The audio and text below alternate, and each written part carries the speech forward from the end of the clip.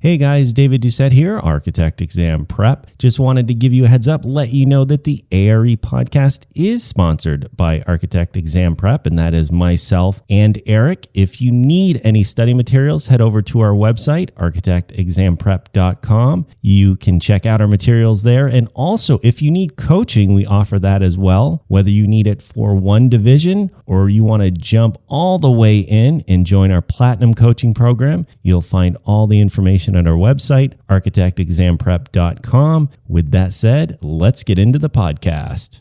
ARE Podcast, episode number 61. Welcome to the ARE Podcast. Where it's all about encouraging and inspiring you today so you can fulfill your dream of becoming a licensed architect tomorrow. And now your host, David Doucette. Hello, and welcome back to another episode of the ARE Podcast. My name is David Doucette, and as always, joined by my co-host, Eric Corey Freed. Eric, how are you? I'm great. Hi, everybody. And today's topic is a good one because I think everybody thinks this when they take the exam. It is the phenomenon of I missed it by 1 point. And Eric, have you ever heard this before? I hear it every day. I hear it every single day from candidates on the calls and the chats. And it's like, gosh, I just failed, PPD, and it's a real shame because I missed it by one question. I missed it by 1 point. And it's so common that I start chuckling every time I see it, because surely we can't have thousands of people that were this close to passing, but they just missed it by one. How could that be? And it can't be, but I guess we'll dive into that. Well, it also begs the question, well, how would you know, right? NCARB's not exactly telling us. We have our score report, but they're not saying you missed by 1 point. So is it because we do that to make ourselves feel good? Well, it's funny because this phenomenon didn't start until NCARB changed the score reports. What was that, 2 years ago? They did away from the dots, which is what we've had for years, to a percentage and then to a scaled score. And once the percentages and scaled scores came in, for some reason, everybody started deciding that, oh gosh, I just missed it by one. By the way, when they send me their score reports, which is very common, there's no way they missed it by one. They might have missed it by 6 or 7, just running the numbers. In fact, we have a tool that we use, like this Excel spreadsheet, to kind of figure out how many you missed it by, but it's never one. But what I'm interested in is talking about why people do this phenomenon, and what role does this serve for them? Like, why does this happen? And this, I think, could shed some insight, if you're listening, to your mental state on the test, your mindset in the test, and then maybe how to make a plan to move forward, especially after bracing the hit of having a fail, because it is a bit of a hit. Let me ask you this missed by 1 point, there's kind of a couple of different attitudes that can come out of this, and I'll ask you both of them, but let's start with this one first. I missed it by 1 point. I can't wait to take it again. Or is it I missed it by 1 point. This exam is not fair. NCARB is out to get me. Yeah, it's more like, I was doing so well too, and I took this test and I missed it by 1 point, and I'm like, oh, so what did you do? Did you take it 60 days later? No, I took 3.5 years off. That's honestly what happens. And if any of you listening are blushing right now, it's because you probably did this too. So how do you square that circle of, gosh, I studied really hard, I missed it by 1 point, but yet this fail was, I internalized so deeply that I wanted to avoid the whole thing, and I took 3.5 years off. And by the way, this is very, very common. It's also very understandable, but it doesn't quite make sense. If you were truly that close, you'd think, hey, I want to get back in the game. I want to try it again.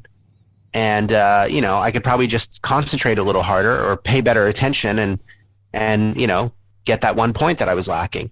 And so to me, it almost shows that you kind of know that you expected to pass, you didn't, which is hard to deal with, but that you really weren't missing it by one. The missing it by one piece is something that we tell ourselves to console ourselves, to feel better, to almost rationalize or justify the fail. Well, it's also, whatever the scenario is, whether I've worked for 3 years or I've been in the field for 20, I mean, heaven forbid, nobody wants to be like, oh my God, I missed it by 6. I missed it by 10. Like, they won't tell themselves that, even if that's true. It's like, well, how could I miss it by 6? I have all this experience. I've been doing construction administration for years. How can I miss, CE by 6? I must have just missed it just by 1. I must have been so close, but I'm not going to take it again. I'm going to walk away for a couple of years. That'll show them. Well, also, on an 85 question test or 100 question test, missing it by 6 is nothing to be ashamed of. I mean, it's less than 10%, right? It's 8% or something like that. That's pretty good for a really difficult, challenging test.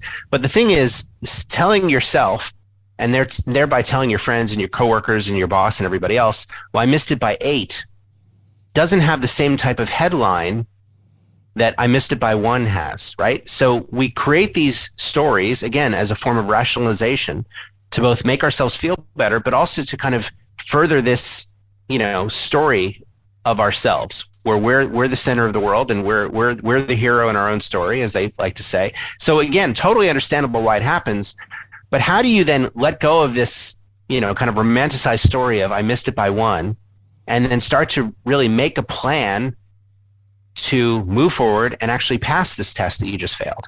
That's the bigger challenge. And I guess it should be, I mentioned earlier, we missed it by 1 point. I guess we really should just be, we missed it by 1 question, because every question is only worth 1 point. Whether it's a case study question, whether it takes you 10 minutes to solve, it's still only 1 point. So I just wanted to clarify that. And I think the opposite end of this, which we see in our own coaching program, is I bombed the test.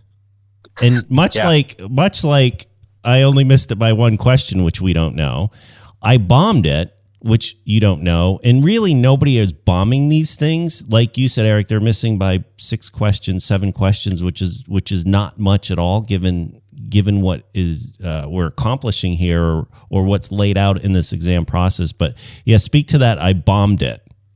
Yeah, that's another one that you and I hear all the time, right?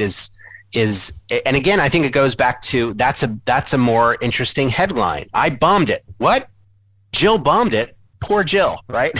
Or I missed it by 1. Oh my God, poor Jill. Either way, it's eliciting the sympathies that you want to get from your friends and coworkers. But for David and I, as your coaches, we don't give out sympathy, right? We're your coach. We're here to make you better, not to put you in for a nap. So, a lot of people come in and go, I bombed it.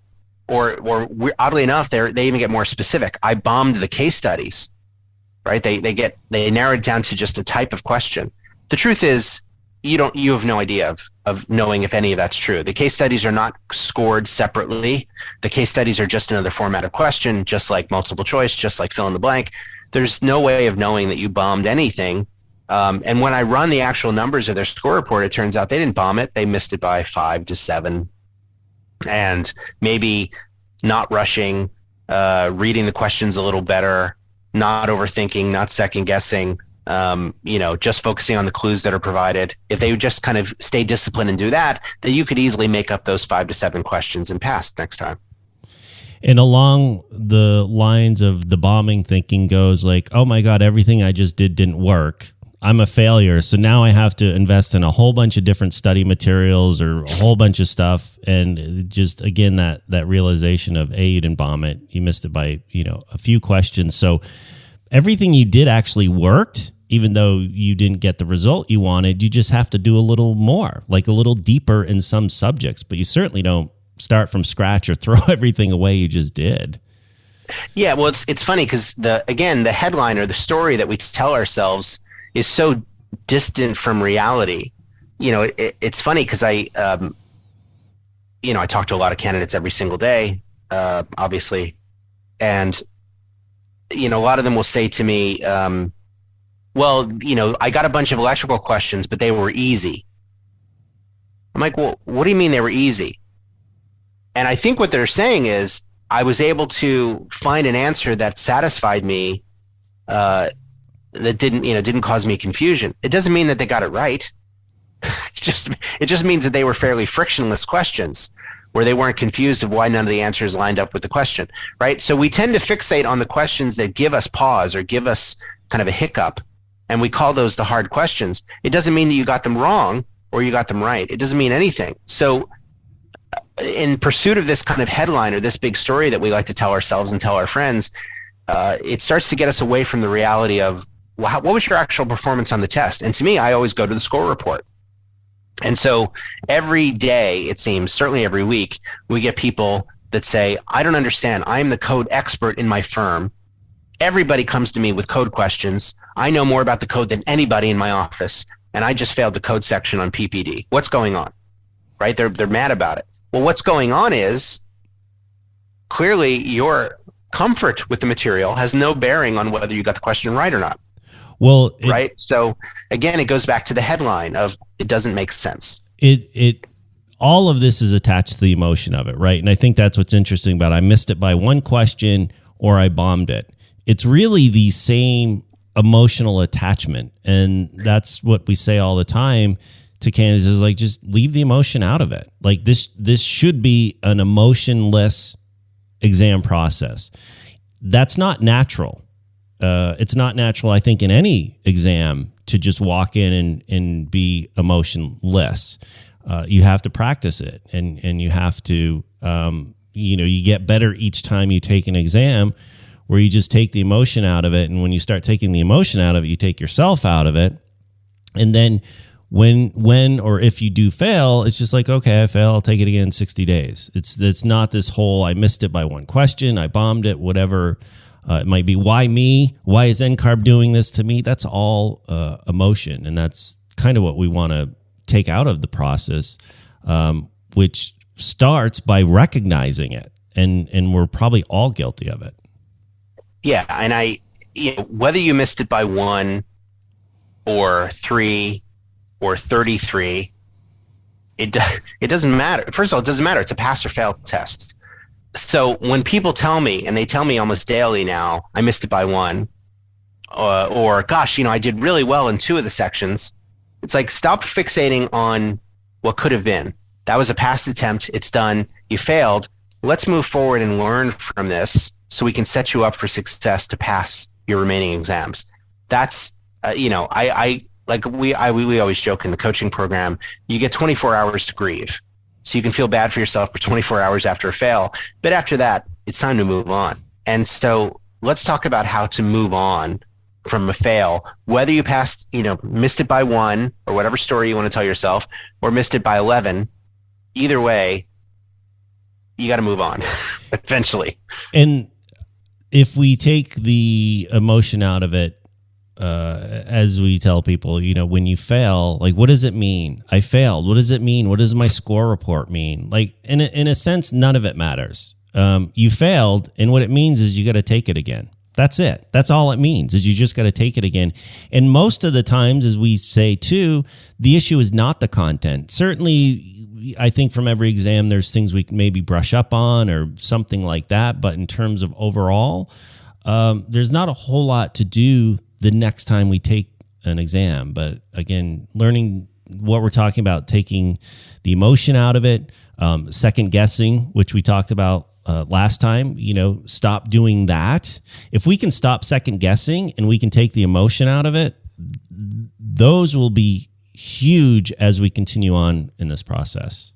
Yeah, that's already a big step to changing your mindset and moving forward. Absolutely. We have a retake plan in our coaching program of, okay, if you've taken this test before, here's how you prep for a retake. And I think that might be, the short version of that might be helpful here on the podcast if we still have time for it. No, that's another topic. We're actually just about at 15 minutes. We're out of time. Yeah, but I know these 15-minute ones are hard. We originally started 10, and there's no way we could do 10. But certainly retake would be great. So we'll do another one of those soon. So that's going to wrap up the I Missed It by One question. My name is David Doucette on behalf of Eric Corey Freed. We will see you guys on the next one. Thanks for listening to the ARE Podcast. Be sure to visit architectexamprep.com and check out our other podcast episodes, video tips, and the ARE blog. Remember to plan, practice, and pass.